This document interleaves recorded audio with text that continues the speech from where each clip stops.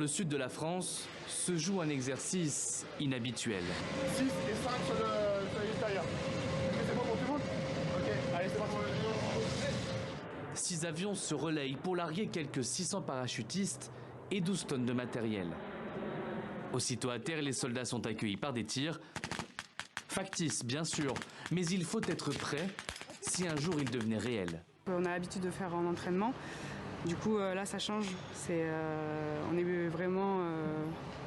on est déjà investi, mais là, encore plus dans la façon de travailler et de se dire que là, c'est vraiment au profit de tout le monde et que c'est vraiment réel. Ces manœuvres sont préparées depuis 2020, bien avant le début de la guerre en Ukraine.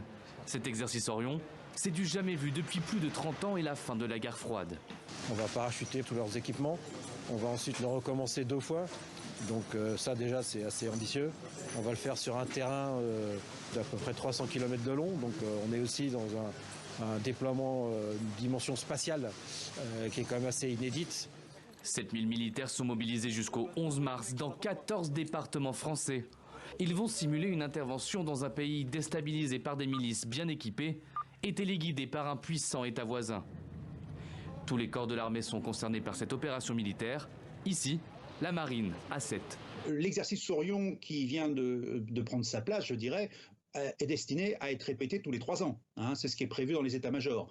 Donc on reprend un rythme qui n'existait plus. Donc effectivement, pendant la guerre froide, j'irai jusqu'à la chute du mur de Berlin, et moi j'étais dans le corps blindé mécanisé, nous nous entraînions régulièrement en terrain libre, comme on dit.